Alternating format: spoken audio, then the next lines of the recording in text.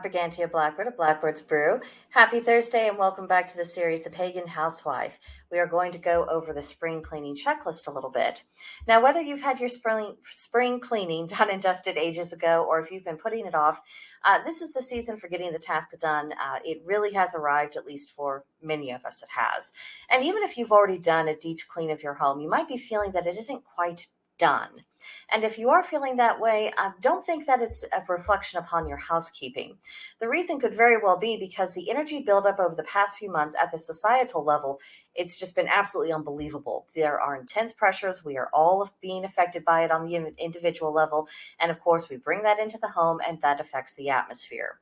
Perhaps we do have good home protection that keeps the energy we don't want out, but that does not deal with the energy that we carry within ourselves and bring into the home. So if the household still feels less than sparkly despite your best efforts, what may be needed is a proper cleansing and not just a proper dusting. So let's go back to the checklist. We all know what needs to happen on the mundane side of spring cleaning, but the energy of the home needs a good polish as well. To begin with, take down the magical protections of the home. Sweep the salt off the doorways and the windowsills. Check on any potion bottles to see if they still feel charged or if it's time to retire them. Take down any witch's balls you have hanging in the windows for cleaning, and check in on any crystals or herbal sachets to see if it's time to cleanse them, charge them, or remake them altogether. Whatever you have going on protection-wise, take it down and make note of any maintenance or rework that is required. Once that's done, give the house a clean with an energetic oomph.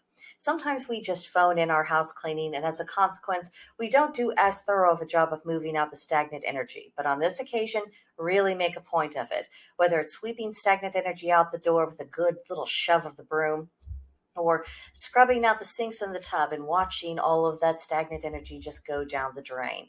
Use your visualization skills in concert with your cleaning implements and really make your home fresh. And you might want to spend a little extra time cleaning and cleansing the reflective surface of your homes, certainly mirrors, but also any device that brings the outside world into your home. So your TV, computers, tablets, phone, anything of that nature. And of course, don't forget to cleanse your own energy and the energy of the other members of the household to the extent that they're willing to cooperate. And that's this stage. You now have a clean slate to work with. There's nothing icky inside of the home, and now it's time to reset the magical protections to keep out the energy that you don't want. And there's no shortage of methods to protect the home and to generate beneficial energy inside of it. And it would be impossible to mention all the methods and all the applications in just one video. And of course, there's lots of room for creativity. People are coming up with new and effective methods all of the time. So don't feel inhibited or limited by anything that I share here. When I have my home physically and energetically fresh, the first thing I like to attend to is the thresholds of the house. That means the doors, windows, mirrors, any device that's connected to the internet. These are all ways for energy to enter the home. Then salting the doors and windows is something I always do. For mirrors and screens, I like to use a lemon-scented cleaner to wipe a layer of a shield on it. Lemons are associated with the sun and therefore projective energy, so I use that cleaner as a barrier that creates a shield and that's pushing external energy away from the home. I also make good use of crystals, and I like to use them in pairs, most often an obsidian, which has projective energy and again acts like a shield, and then also tourmaline, which has receptive energy and it catches any vibes that slip past the shield, kind of a fail-safe measure. Once I feel the home is secure, I then like to infuse each room with the atmosphere that I want it to have on the energetic level. So think relaxation for the living room, coziness for the bedroom, creativity for the kitchen, and cleansing for the bathroom. And of course, I also make seasonal adjustments to all these spaces. So there's always, shifting colors in the floral arrangements and what crystals I bring out and the contents of herbal sachets that I use. All of that is very flexible. For the living room, I have a collection of very small soapstone figurines of various animal spirits, and I place them on the side of the room that corresponds to the element that those animals are associated with. It creates kind of a soft circle, and it provides an additional sense of security, and that, of course, is very relaxing. In the bedroom, I pay special attention to the temperature, not just physically, but also visually. For the cooler months, I bring in fabrics and colors that exude warmth, and in the warmer months, I choose bedding that is airier, and I use livelier colors in the floral arrangements. And the bedroom, of all places, you need to have that right energy so that rest and romance can be properly attended to.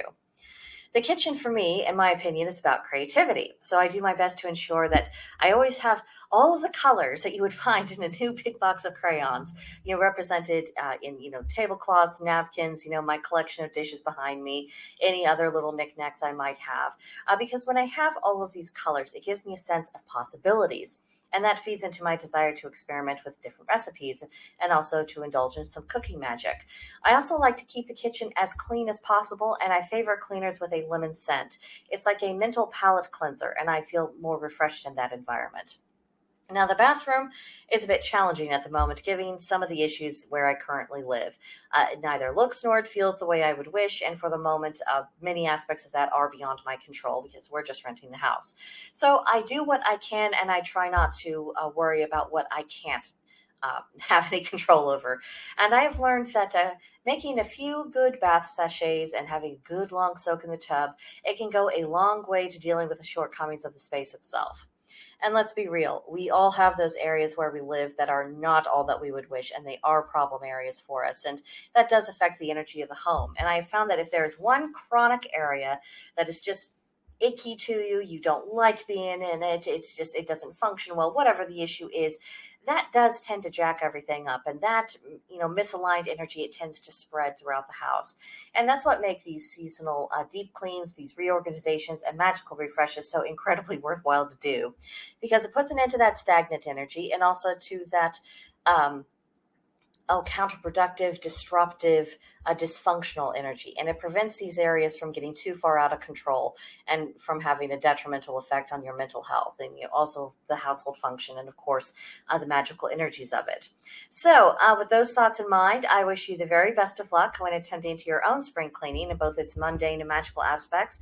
And I hope at the end of it, both you and your household feel completely refreshed and ready to take on this new season. So now that I've given you my thoughts, I would love to hear about your own experiences, things you like to do. Be part of that conversation either in the comments section of this video or come see us on Gilded. The link to Blackbird's Brew is in the description box, and we would be very happy to have you. But that'll do it for now, and I'll see you next time. Bye.